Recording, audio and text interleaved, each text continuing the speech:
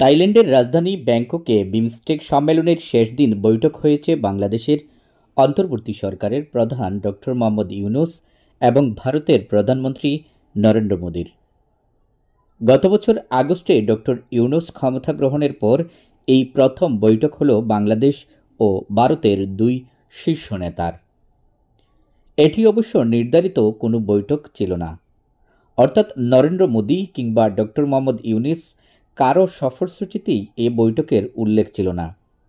দুই দেশের কূটনৈতিক কর্মকর্তাদের প্রচেষ্টার ফলেই সম্ভব হয়েছে দুই নেতার সাক্ষাৎ। সূত্রের বরাত দিয়ে ভারতের জাতীয় দৈনিক দ্য হিন্দু জানিয়েছে, ডক্টর মোহাম্মদ ইউনূস ও নরেন্দ্র মোদীর এই দ্বিপাক্ষিক বৈঠকের স্থায়িত্ব ছিল 40 মিনিট। পরে নয়াদিল্লিতে ভারতের পররাষ্ট্র মন্ত্রণালয়ের মুখপাত্র বিক্রম মিশ্রি মন্ত্রণালয় কার্যালয়ে আয়োজিত এক সংবাদ সম্মেলনে বলেন, বৈঠকে আমাদের প্রধানমন্ত্রী বলেছেন, একটি স্থিতিশীল, শান্তিপূর্ণ, প্রগতিশীল এবং অন্তর্বর্তীমূলক বাংলাদেশ গঠনে ভারত সবসময় সহযোগিতা করবে। তিনি আরও বলেছেন যে ভারত দুই দেশের জনকেন্দ্রিক সম্পর্ক চায় এবং বিশ্বাস করে যে পারস্পরিক সহযোগিতাপূর্ণ সম্পর্ক বজায় থাকলে সবচেয়ে বেশি উপকৃত হবে দুই দেশের জনগণ।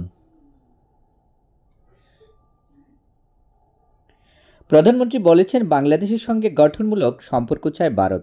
বাংলাদেশের ধর্মীয় সংখ্যালঘুদের নিরাপত্তা নিশ্চিতে দেশটির সরকার প্রধানকে অনুরোধ করেছেন তিনি। পাশাপাশি দুই দেশের বন্ধুত্বপূর্ণ সম্পর্ককে কলুষিত করতে পারে এমন মন্তব্য করা থেকে বিরত থাকারও আহ্বান জানিয়েছেন। প্রসঙ্গত, সম্প্রতি চীন সফরে গিয়ে ভারতের উত্তর পূর্বাঞ্চলীয় 7 রাজ্য বা 7 সিস্টার্স নিয়ে মন্তব্য করেছিলেন ইউনূস। ভারতের রাজনীতিবিদরা বিষয়টি ভালোভাবে নেননি এবং সামাজিক যোগাযোগ মাধ্যমে এর ব্যাপক সমালোচনা করেছেন। ডক্টর ইউনূসের সঙ্গে বৈঠকের সময়ে সেদিকেই ইঙ্গিত দিয়েছেন নরেন্দ্র মোদী।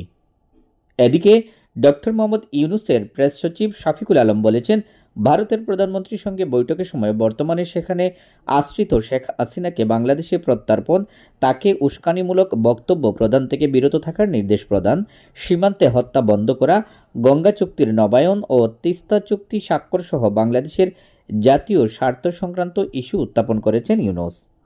এসব ইস্যুর মধ্যে শেখ হাসিনাকে প্রত্যর্পণের ব্যাপারটি বিশেষভাবে উল্লেখযোগ্য। শিক্ষার্থী জনতার ব্যাপক অভ্যুত্থানের মুখে টিকতে না পেরে 2024 সালের 5 আগস্ট বাংলাদেশ থেকে বেরিয়ে ভারতে আশ্রয় নেন শেখ হাসিনা। বর্তমানে নয়াদিল্লির একটি সুরক্ষিত এলাকায় আছেন তিনি।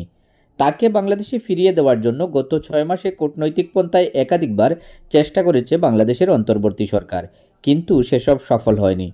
শুক্রবার ভারতের পররাষ্ট্র মন্ত্রণালয়ের ব্রিফিংয়ে শেখ হাসিনার প্রত্যর্পণ নিয়ে বাংলাদেশ ও ভারতের সরকার প্রধানের মধ্যে কী আলোচনা হয়েছে তা জানতে চান সাংবাদিকরা। জবাবে বিক্রম মিশ্রি স্বীকার করেন যে এ ইস্যুতে তাদের মধ্যে কথাবার্তা হয়েছে, তবে কী কথা হয়েছে সে সম্পর্কে কোনো মন্তব্য করেননি।